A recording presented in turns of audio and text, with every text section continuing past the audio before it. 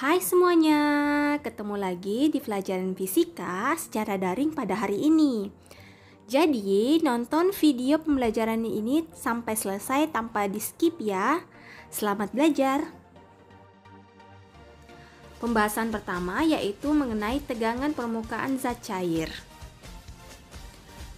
Definisi dari tegangan permukaan zat cair adalah kecenderungan permukaan zat cair untuk merenggang, sehingga permukaannya seperti ditutupi oleh suatu lapisan elastis.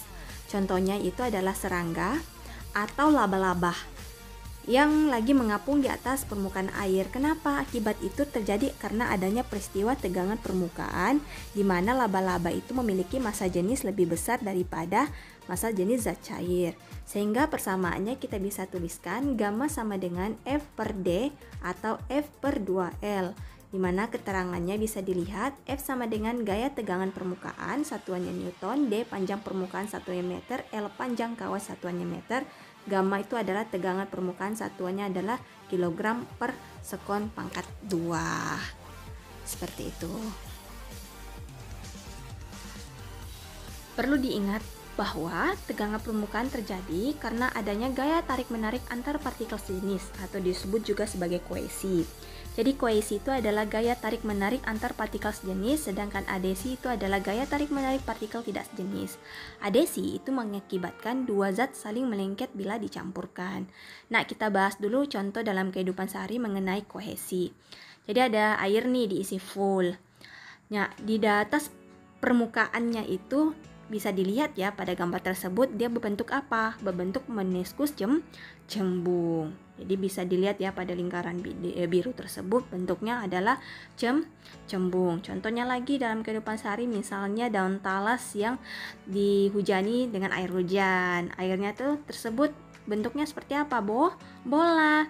Dia tidak bercampur sama dengan air talas. Makanya disebut sebagai kohesi. Karena ingat ya, kohesi itu jika dua zat itu tidak akan dapat dicampurkan walaupun dia berada di dalam satu tempat. Itulah yang disebut sebagai kohesi.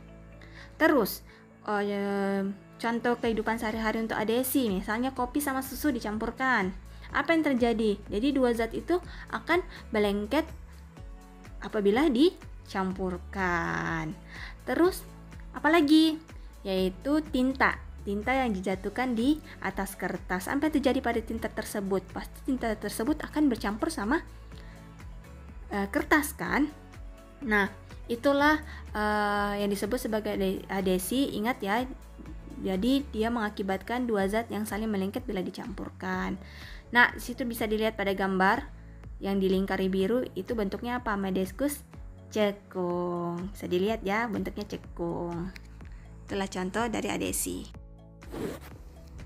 Ternyata tegangan permukaan suatu zat cair dipengaruhi oleh beberapa faktor. Di antaranya yaitu suhu. Suhu itu adalah tegangan permukaan menurun dengan meningkatnya suhu karena meningkatnya energi kinetik molekul. Makanya suhu itu sangat berpengaruh. Terus zat telarut atau disebut juga sebagai solut. Penambahan zat telarut menyebabkan tegangan permukaan bertambah besar. Contohnya itu zat telarut adalah gula yang dilarutkan di dalam air. Terus surfaktan atau pengotor, yaitu adalah zat yang mempunyai kemampuan untuk menurunkan tegangan permukaan suatu medium dan menurunkan tegangan antar permuka. Contohnya surfaktan itu adalah sabun. Jadi anak-anak bisa juga lihat pengertiannya mengenai faktor-faktor yang mempengaruhi tegangan permukaan di buku yang dibeli, bisa dibuka di halaman 58 sama 59. Jadi kurang lebih definisinya sama. Seperti itu ya. Selanjutnya, yang kedua yaitu kita bahas mengenai kapilaritas.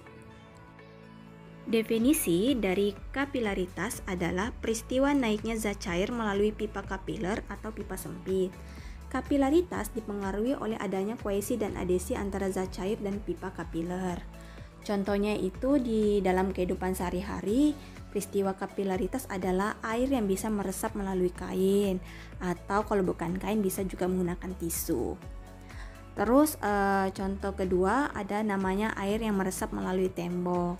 Jadi air itu bisa meresap di tembok ya, bisa dilihat. Selanjutnya tinta meresap pada kertas. Jadi kalau ditumpahi tinta di atas kertas berarti tinta bisa meresap di kertas. Selanjutnya air meresap dari akar pohon. Namanya tumbuhan pasti memerlukan air ya untuk bisa hidup. Nah, persamaan dari kapilaritas itu bisa kita tuliskan, yaitu H sama dengan 2 kali gamma kali cos theta per rho kali G dikali dengan R, di mana H itu adalah kenaikan atau penurunan permukaan zat cair dalam pipa, satuannya dalam meter. Sedangkan gamma itu adalah tegangan permukaan zat cair, satuannya adalah newton per meter. Sedangkan theta itu adalah sudut kontak. Sedangkan rho adalah massa jenis zat cair, sedangkan G percepatan gravitasi bumi, ingat nilainya adalah 10 meter per sekon kuadrat atau 9,8 meter per sekon kuadrat, sedangkan R itu adalah jari-jari pipa. Untuk memahami persamaan tadi, kita lanjut ke contoh soal ya. Sebuah pipa kapiler yang berdiameter 0,8 mm dimasukkan secara tegak lurus ke dalam sebuah bejana yang berisi air raksa dengan massa jenisnya adalah 13.600 kg per meter kubik. Sudut kontak raksa dengan dinding pipa adalah 120 derajat dan percepatan gravitasinya adalah 9,8 meter per sekon kuadrat. Jika tegangan permukaannya adalah 0,08 Newton per meter, berapakah penurunan raksa dalam pipa kapiler tersebut? Jadi pembahasan kita tulis dulu yang pertama, diketahui diameternya itu 0,8 mm ubah ke meter. Jadi hasilnya adalah 8 kali 10 pangkat 4 meter. Karena di persamaan itu adalah jari-jari, ubah menjadi jari-jari. Jadi diameter itu langsung aja dibagi dengan 2. Hasilnya adalah 4 kali 10 pangkat 4 meter. Rho-nya berapa? 13.600 kg meter pangkat 3. Terus tetanya berapa? 120, G-nya 9,8 meter per sekon kuadrat, gammanya adalah 0,08 Newton per meter. Ya tinggal kita masukkan aja persamaannya, berarti H sama dengan 2 dikali dengan gamma dikali dengan cos theta per rho kali G kali R. Kita masukkan langsung angkanya. 2 dikali dengan 0,08 dikali dengan cos 120 per 13.600 dikali dengan 9,8 kali 4 kali 10 pangkat min 4. Ingat, di dalam sudut istimewa cos 120 sama dengan negatif 1/2 atau negatif 0,5. Langsung aja 2 kali 0,08 itu hasilnya 0,16. Sedangkan 13.600 dikali dengan 9,8 dikali dengan 4 kali 10 pangkat min 4 itu adalah 53,312.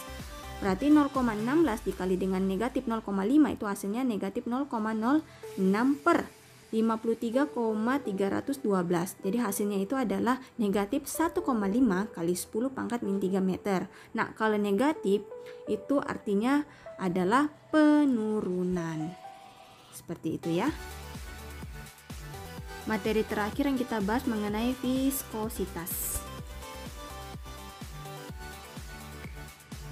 Viskositas atau juga disebut sebagai kekentalan itu merupakan gesekan yang ditimbulkan akibat gerak dari lapisan fluida. Jadi viskositas ini dihasilkan oleh koesi antar molekul-molekul zat cair. Bisa diperhatikan simulasi cairan dengan viskositas yang berbeda. Cairan di sebelah kiri itu memiliki nilai viskositas lebih rendah daripada cairan di sebelah kanan.